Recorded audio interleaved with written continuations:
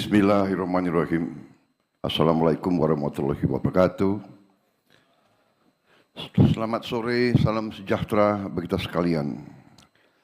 Shalom, salve, Om Swastiastu, Namo Buddhaya, salam kebajikan. Yang saya hormati dan saya banggakan Menteri Koordinator Infrastruktur dan Pembangunan Kewilayahan Saudara Agus Harimurti Yudhoyono sebagai penyelenggara, Ketua Dewan Perwakilan Daerah Republik Indonesia Saudara Sultan Bakhtiar Najamuddin, Wakil Ketua Majelis Permusyawaratan Rakyat Republik Indonesia Saudara Hidayat Nur Wahid yang saya hormati, para Menteri Koordinator, para Menteri, Wakil Menteri, dan seluruh anggota Kabinet Merah Putih yang hadir. Hadir Menko Hukum HAM Imigrasi dan Pemasyarakatan Profesor Yusril Iza Mahendra, Menko Perekonomian Saudara Airlangga Hartarto, Menko Pembangunan Manusia dan Kebudayaan Profesor Pratikno, Menko Pemberdayaan Masyarakat Saudara Abdul Muhaimin Iskandar, Ketua Dewan Ekonomi Nasional Jenderal TNI Purnawirawan Luhut Binsar Panjaitan. Hadir juga di sini para duta besar negara sahabat, hadir 28 duta besar dan perwakilan negara-negara sahabat. I welcome you distinguished ambassadors, ministers and representatives of friendly countries. Para gubernur, bupati, wali kota yang hadir, yang saya minta maaf tidak saya sebut satu persatu. Ini ada berapa ratus ini?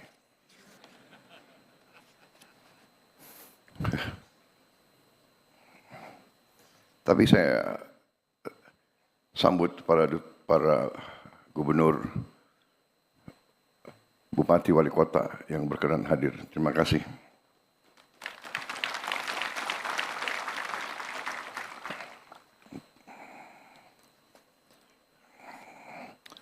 Tentunya sebagai insan yang bertakwa, tidak henti-hentinya kita panjatkan puji syukur kehadirat Tuhan Maha Kuasa, Tuhan Maha Besar. Bagi umat Islam, Allah Subhanahu wa Ta'ala yang memiliki sekalian alam, hanya kepadanya lah kita berdoa dan hanya kepadanya lah kita minta pertolongan. Kita bersyukur atas segala karunia yang diberikan kepada kita, atas kondisi bangsa yang damai dan sejuk, atas kesehatan dan nafas yang masih diberikan kepada kita sekalian, sehingga kita dapat hadir berkumpul di tempat ini dalam keadaan tidak kekurangan sesuatu apapun. Saudara-saudara sekalian, Menko Infrastruktur yang saya hormati, terima kasih atas undangan ini dan terima kasih atas penyelenggaraan dan pengaturan yang baik dan tertib. Juga terima kasih atas sambutan Saudara Menko, karena memang sudah lengkap sebetulnya, tidak perlu panjang lebar keynote address saya. Sudah lengkap kan yang beliau sampaikan. Tapi saya senang karena berarti saya tidak salah pilih Menko Infrastruktur.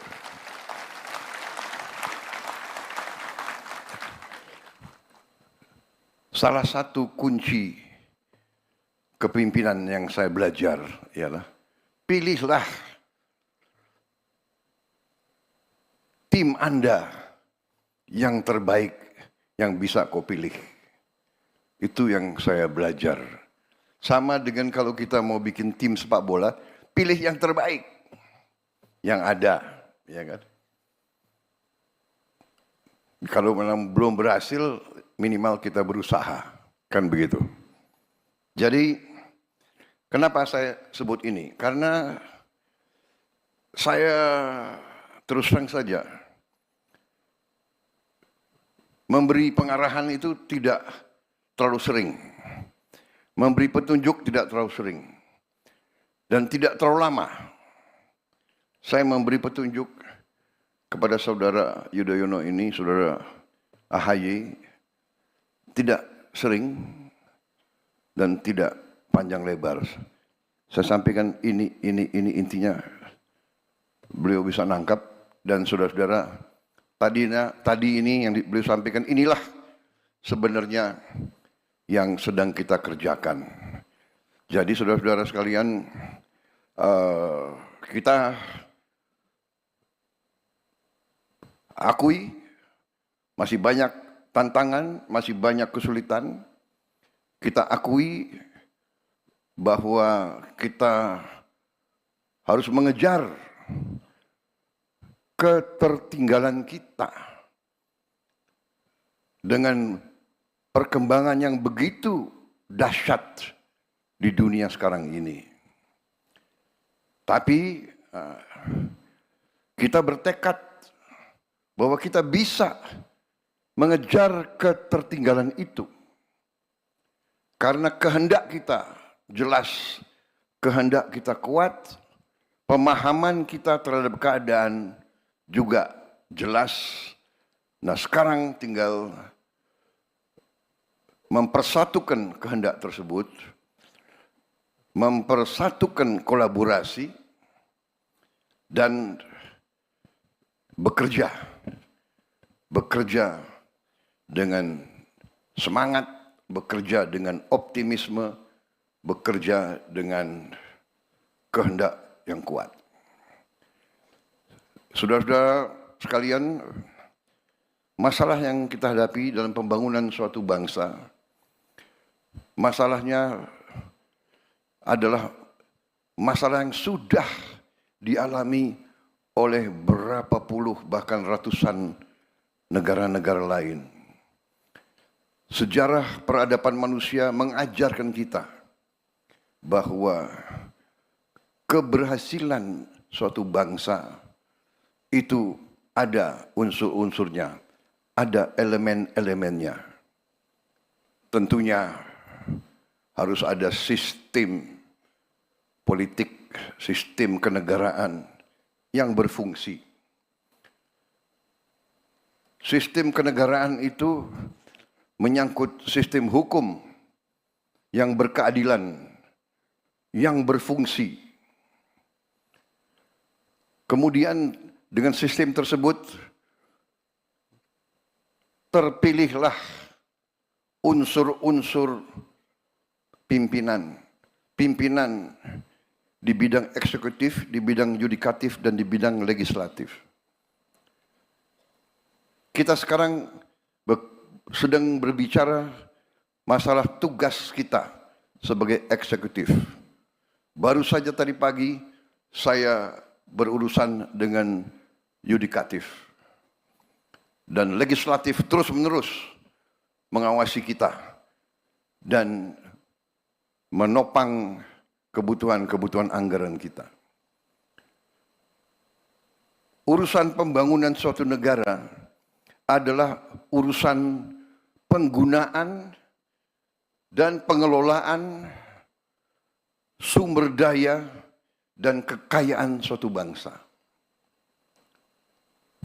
Tugas kita bersama, para eksekutif, adalah bagaimana kita menjaga dan mengelola sumber daya dan kekayaan tersebut. Kemudian setelah kita menghadapi dan mengalami dan setelah kita mengidentifikasi masalah-masalah pokok bangsa, kita datang dengan solusi-solusi. Kita tidak takut dengan hambatan, kita tidak takut dengan kesulitan, tidak takut dengan ancaman. Kita akan hadapi kesulitan tersebut. Kita akan hadapi dengan cepat dan kita akan cari solusi dengan cepat dan kita akan kerjakan. Saudara-saudara sekalian,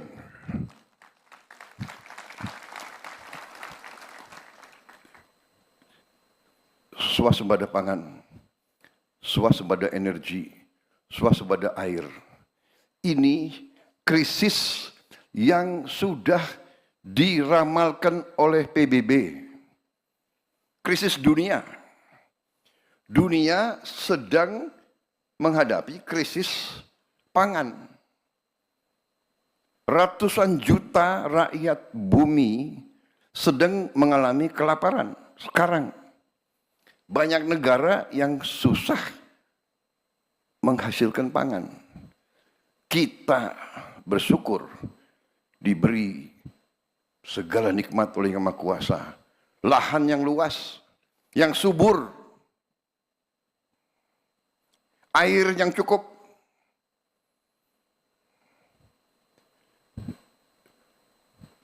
sumber daya di atas dan di dalam bumi, di laut dan di bawah laut. Segala kekayaan kita, sesuatu yang patut kita bersyukur. Sejak saya ambil alih pemerintahan, saya belajar, saya lihat angka-angka. Saya takjub dengan kekayaan kita. Kekayaan kita luar biasa. Tapi saya juga sadar bahwa kita perlu lebih berani, lebih pandai mengelola kekayaan-kekayaan tersebut. Saya tidak malu-malu. Walaupun di hadapan sahabat-sahabat di luar negeri, saya juga tidak malu-malu. Kita harus berani mengatakan apa adanya. Kekurangan Indonesia adalah kita kurang tegas, kurang berani, kurang disiplin, kurang keras menjaga kekayaan kita. Terlalu banyak kekayaan Indonesia yang tidak sampai ke rakyat Indonesia. Saudara-saudara, dengan demikian saya harus memimpin suatu pemerintah yang berani untuk menegakkan efisiensi penghematan. Dengan efisiensi penghematan, kita bisa investasi di hal-hal yang sangat penting. Saya terima kasih Menko Infrastruktur dan menteri-menteri bisa memahami ini. Bahwa sekarang ini yang saya ingin amankan adalah sumber pangan Indonesia dan sumber energi. Dan alhamdulillah tanda-tanda sudah jelas di hadapan mata dengan kebijakan-kebijakan kita dalam beberapa bulan ini. Dan sekali lagi saya tekankan, peranan dari pemerintah sebelum pemerintah yang saya pimpin. Harus saya tegaskan di sini. Bahwa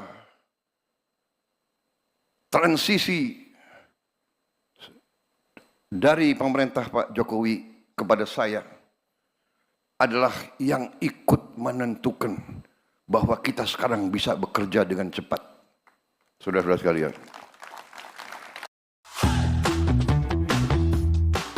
Bunga hariannya 0,5%. Kita harus berani mengakui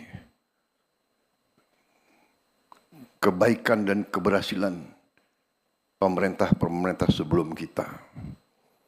Saya tidak akan pernah malu-malu bahwa apa yang kita kerjakan sekarang tidak kecil peranan pemerintah-pemerintah sebelum ini. Semua pemerintahan sebelum ini sangat berjasa. Kalau kita bicara infrastruktur, kita bisa lihat dengan mata kita apa yang dibangun oleh Bung Karno, oleh pemerintah pertama kita, dilanjutkan oleh Presiden Soeharto, dilanjutkan oleh presiden-presiden selanjutnya. Tidak ada suatu pembangunan bangsa yang datang demikian seolah-olah jatuh dari langit. Tidak.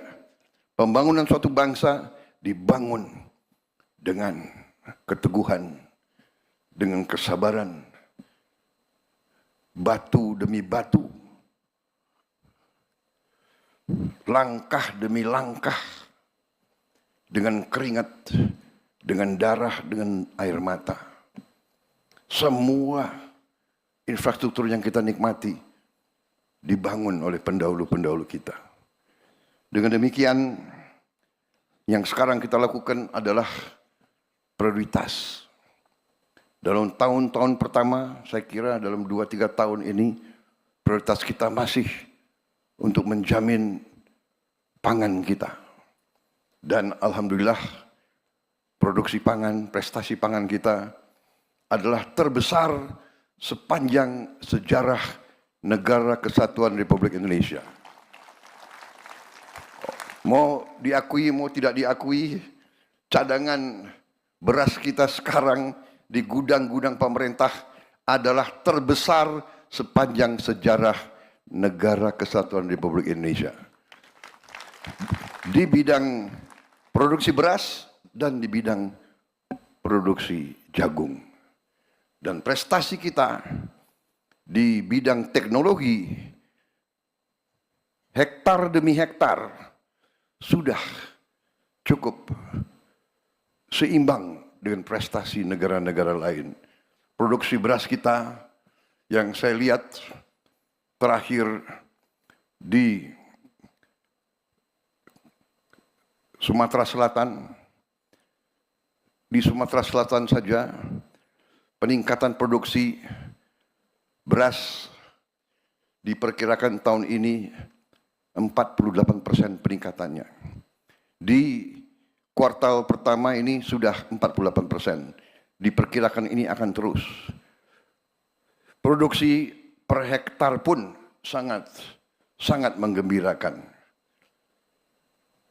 Yang biasanya 3-4 ton gabah per hektar, sekarang sudah 6-7-8 ton. Sangat luar biasa. Di beberapa tempat bukan saja 3 kali panen, ada beberapa tempat di Indonesia sudah 4 kali panen 1 tahun, saudara-saudara sekalian. Saya kira ini prestasi dunia yang perlu kita banggakan. Dan kita akan terus. Bagaimana kita bisa mencapai prestasi ini dalam waktu dekat? Karena kita melakukan efisiensi. Kita melakukan deregulasi. Peraturan yang kita bikin sendiri yang menghambat diri kita sendiri. Birokrasi yang bertele-tele. Saudara-saudara, pupuk dari pabrik milik pemerintah Indonesia, pupuk yang disubsidi oleh APBN, keluar dari pabrik menuju petani, tadinya 145 peraturan. 145 regulasi. Harus tanda tangan menteri. Untuk tanda tangan menteri harus paraf dirjen. Dari situ persetujuan gubernur, persetujuan bupati, persetujuan camat, baru ke petani. Saya coret itu semua. Dari pabrik langsung ke Gapoktan. Nggak ada ini, tidak ada. Produksi naik, saudara. Pupuk yang langka ternyata bisa tidak langka. Pupuk bisa terjangkau oleh petani. Saudara-saudara, ini mempertebal keyakinan saya bahwa pemerintah modern harus efisien, harus kerja cepat, harus fleksibel, kenyal, dan tidak boleh bertele-tele dengan peraturan.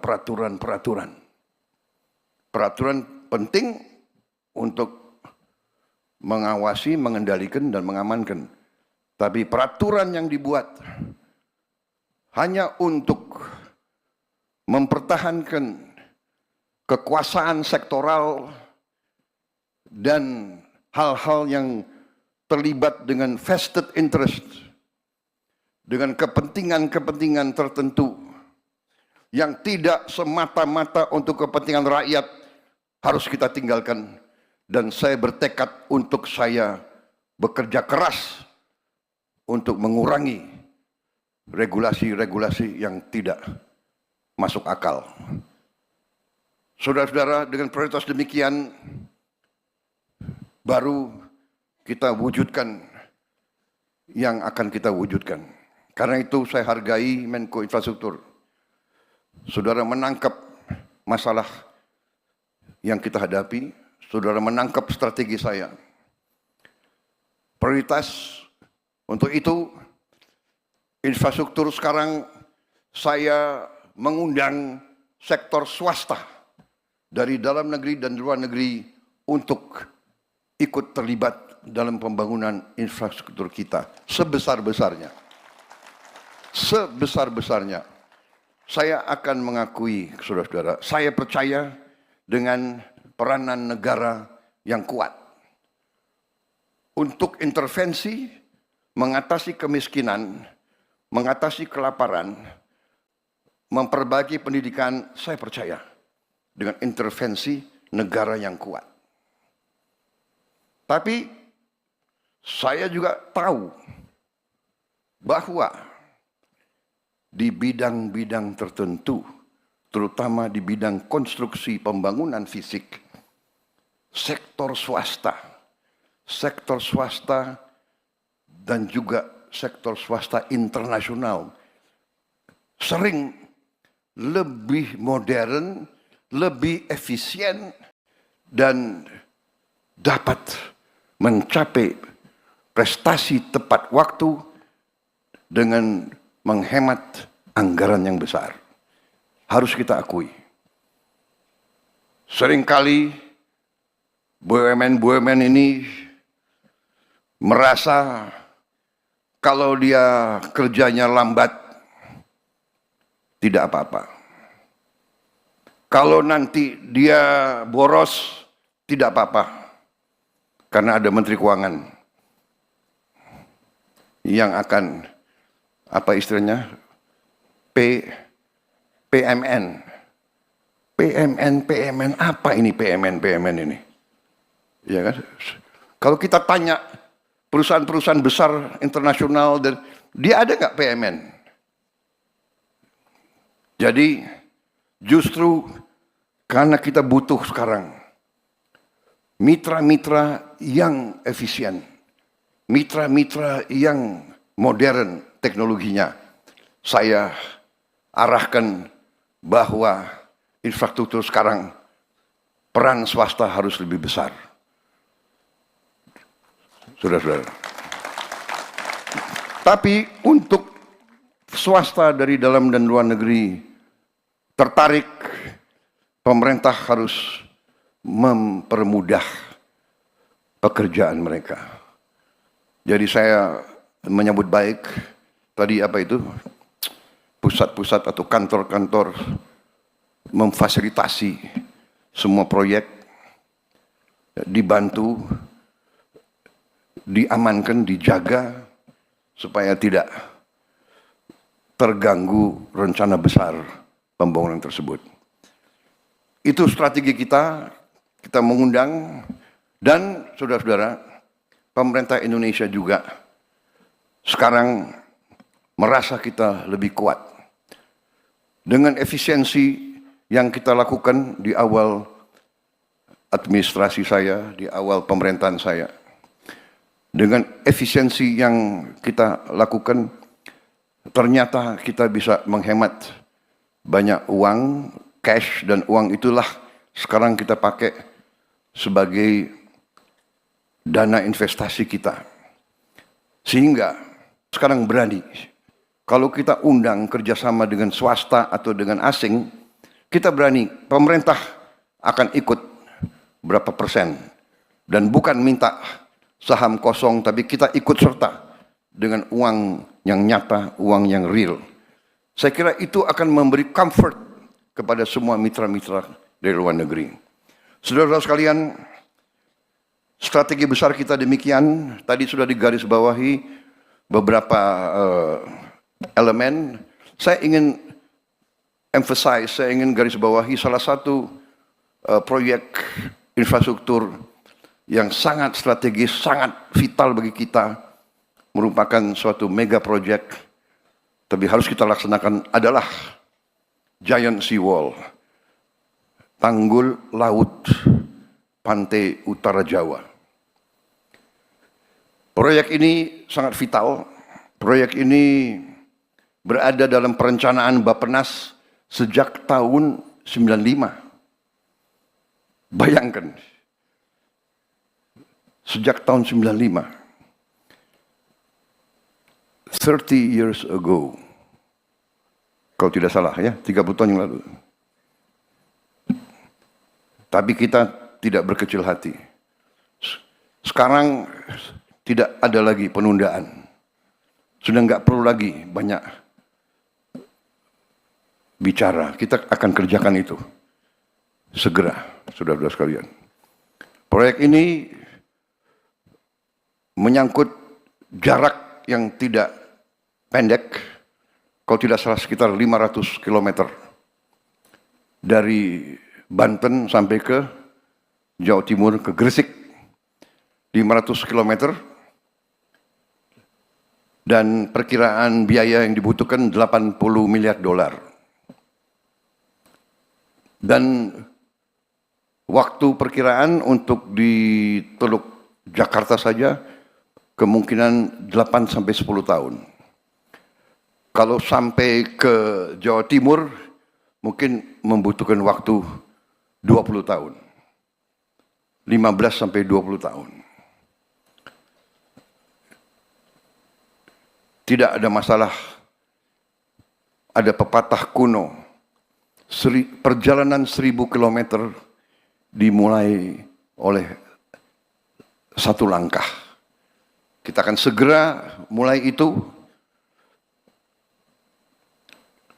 Saya sudah perintahkan suatu tim untuk roadshow keliling, dan dalam waktu dekat saya akan bentuk otorita, badan otorita tanggul laut pantai utara Jawa.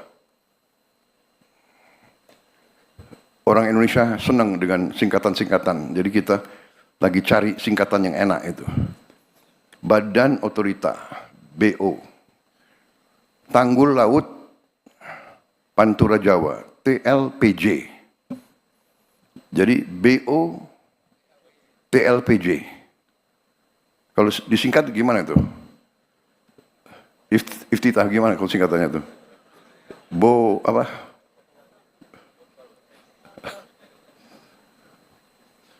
Ya, dicarilah ya. Sangat penting ini. Tapi ini vital. Dan ini sesuatu mega project. Saya akan mulai, saya tidak tahu presiden mana yang akan menyelesaikan. Tapi kita harus mulai. Dan kita akan mulai.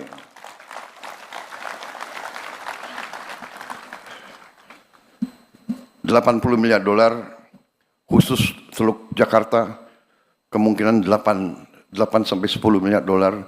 Kalau 8 sampai 10 miliar dolar saya kira kita sendiri mampu. Di sini ada hadir Gubernur DKI, hadir tidak? Enggak hadir. Waduh, ini coba diselidiki kenapa tidak hadir. Pakai kacamata biar saya. Tapi saya sudah ketemu. Saya sudah ketemu berapa hari yang lalu, dan saya sudah kirim utusan Ya, tanya, Gubernur DKI dukung proyek ini atau tidak? Saya dapat jawaban dukung. Alhamdulillah. Karena APBD-nya DKI sangat besar. Jadi saya bilang, DKI harus urunan. Pemerintah pusat urunan. Jadi kalau 8 miliar dolar, katakanlah 8 tahun, berarti 1 miliar dolar 1 tahun. Menteri Keuangan sudah kelihatan tegang melihat. Tenang Bu, DKI nyumbang. Jadi DKI setengah, pemerintah pusat setengah. Karena ini untuk DKI sebenarnya.